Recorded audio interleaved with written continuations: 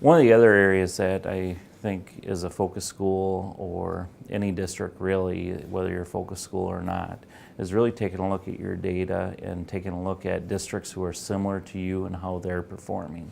I think when we go through the ERS and the school resource checks, we'll do them in a very similar fashion, because I felt it was important last year when that was shared with us and presented to us that it was something that involved everybody within the district. That, you know, whether you're a teacher, an administrator, or central office staff, that you're aware about the processes within the district. I think it helps increase communication. One of the pieces we found last year as well is that things that were normal, routine kind of things that administrators know about, teachers didn't necessarily know about. And there are some other pieces, you know, maybe elementary knew a little bit more about processes that maybe high school teachers didn't know.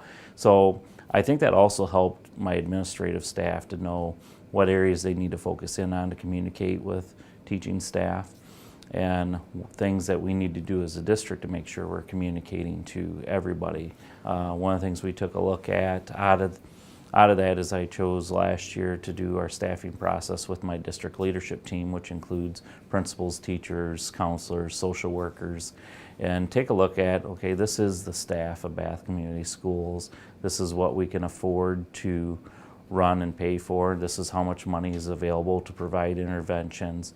And let's take a look at what are our priorities for staffing within the district, and to understand that, okay, you know, if we've got a class with 75 kids in it and we go 3 sections of 25, granted, it's nicer to have smaller class sizes, get down around 20, but to do that, you'd have to have 4 teachers. So is it more important to have 4 sections of 18, or is it more important to make sure you've got a staff member available to provide interventions for students that are struggling?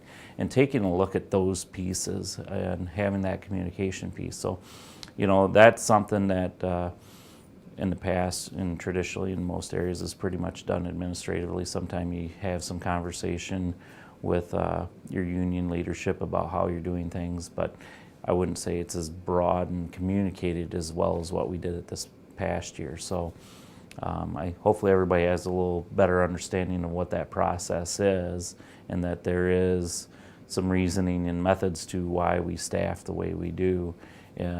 But it was good for us as administrative staff too to hear what are some of those priorities and concerns that we have. And so I thought we made some nice adjustments out of that last year.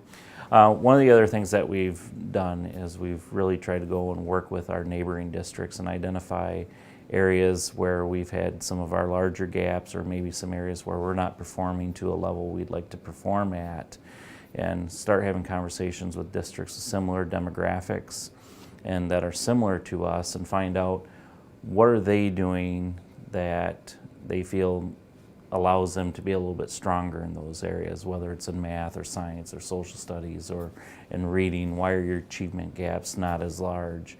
And instructionally, what are you using? Intervention-wise, what are you doing to make sure that your students don't have those achievement gaps? So, you know, I think the advice on that is to be able to be willing to go out and talk with other districts that are similar to you on what they're doing educationally, especially if you identify somebody who's doing a better job. And whether you're a focus school or a priority school, or whether you're a school that's performing just fine, I think there's something that you can learn from your peers. This coming year, I foresee us doing a similar type process.